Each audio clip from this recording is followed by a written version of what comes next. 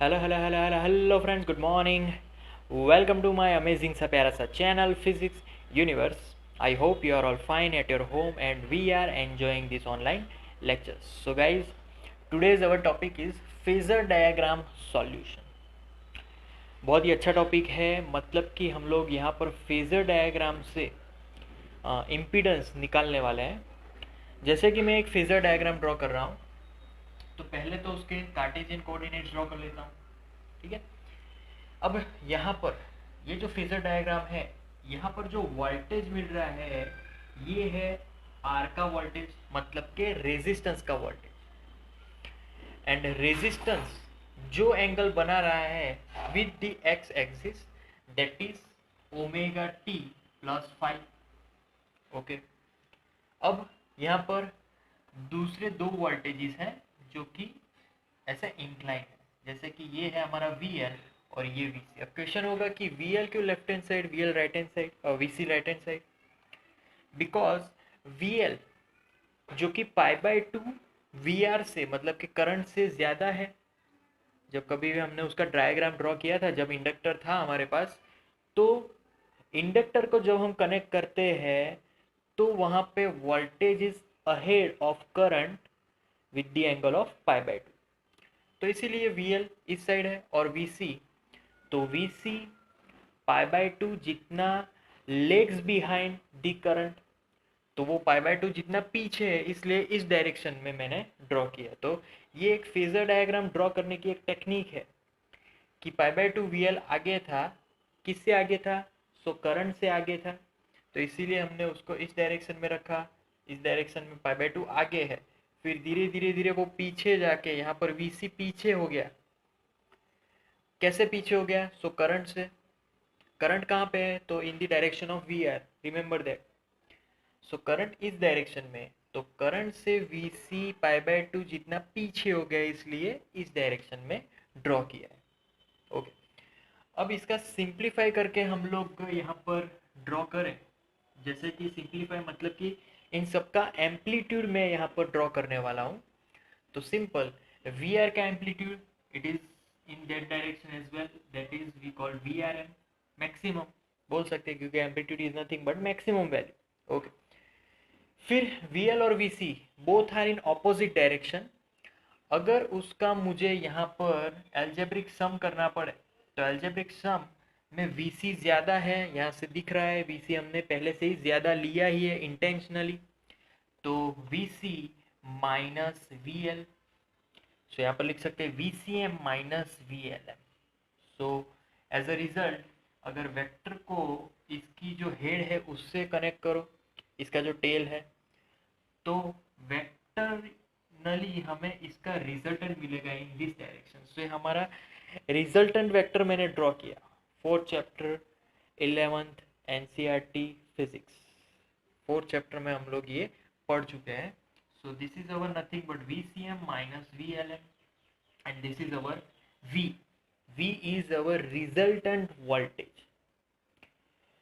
तो अब क्या करना है कि यहाँ से सर्किट में से जो भी करंट फ्लो हो रहा है उसके अकॉर्डिंग हम लोग उसके वोल्टेजेस लिखेंगे और उसके रेजिस्टेंसेस लिखेंगे। जैसे कि इस फॉर एग्जांपल रेजिस्टेंस में से, तो V R is equal to simple I R, we know that. अगर इंडक्टर है तो V L is equal to I into X L. And after that अगर कैपेसिटेंस है तो उसका voltage that is I into X C. इस तरीके से हम लोग उसका इम्पीडेंस के साथ लिखेंगे।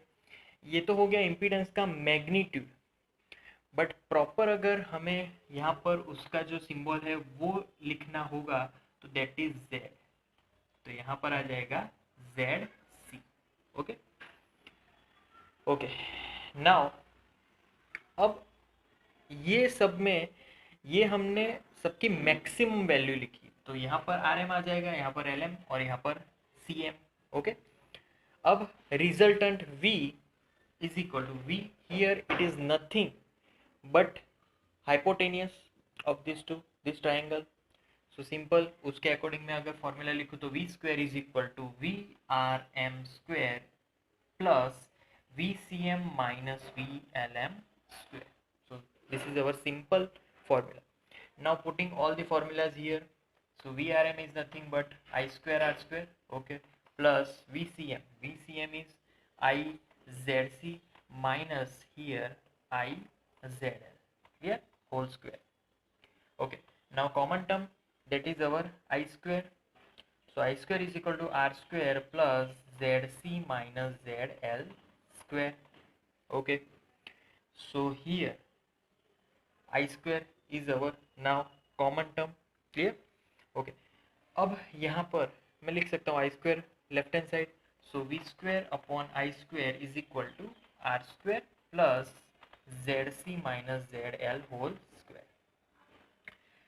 So this is square. Okay, so this whole term, अगर हम पूरे इक्वेशन का स्क्वायर रूट निकालें तो square root of the whole term that is V square, sorry now square root निकाल लिया तो वी अपॉन आई हो जाएगा simple, is equal to now root of R square plus Z C minus Z L, sorry Z L whole square. So earlier we discuss in Ohm's law V is equal to I R. अगर V upon I करेंगे it is equal to R. सो यहाँ पर ये जो term मिली that term is our impedance. उसको पूरे circuit का रेजिस्टेंस बोलेंगे, उसको हम लोग अलग नाम से बुलाते हैं, उसको बोलेंगे इम्पीडेंस. और इम्पीडेंस को हमें Z से डिनोट करना है. So that's why now impedance Z is equal to formula is R square plus ZC माइनस ZL होल स्क्वायर. क्लियर? अब ZC और ZL दोनों के फॉर्मूलाज तो हमें पता है. अगर इसके फॉर्मूलाज अगर लिखूं तो ZC is nothing but that is our 1 upon omega C and ZL is omega L. So these are the formulas. So capacitor का ये रेजिस्टेंस हो गया, ये इंडक्टर का रेजिस्टेंस हो गया, है ना. तो ये पूरी इम्पीडेंस की फॉर्मूला मिली. ओके, अब यहाँ पर एंगल की बात करें, so angle here this is our phi and this is our omega T. So that's why omega T plus phi is formed here. So अगर मुझे फाई फाइंड करना है, phi is the phase difference here, phase difference of our circuit. So अगर phi को find करना है तो simple यहाँ पर लिखो टेन फाई, वो फॉर्मूला पता है, तो ऑपोजिट अपॉन एडजेसेंट. तो opposite is our VCM minus VLM upon VRM आ जाएगा. वैल्यूज फिर से पुट करें तो वैल्यूज के according VCM is IZC minus IZL upon IR. So I will be cancelled out thoroughly. So here now we are left with the equation ZC, that means 1 upon omega C minus omega L upon R. So हमारे जो tan phi है उसके according हमारी formula ये मिल जाएगी और उससे phi भी मिल जाएगा. So phi is our phase difference of our whole circuit. Yeah. सो ये था हमारा फेजर डायग्राम. यहाँ पर हमने पहले से ही आपने देखा होगा कि VC is greater than VL ले ही लिया था. अगर VC ग्रेटर देन VL है तो ये आंसर हमें पॉजिटिव मिलेगा. So 10 will be positive. So we can say that the our circuit diagram prominently act as if it is capacitor. So prominently it is by capacitor.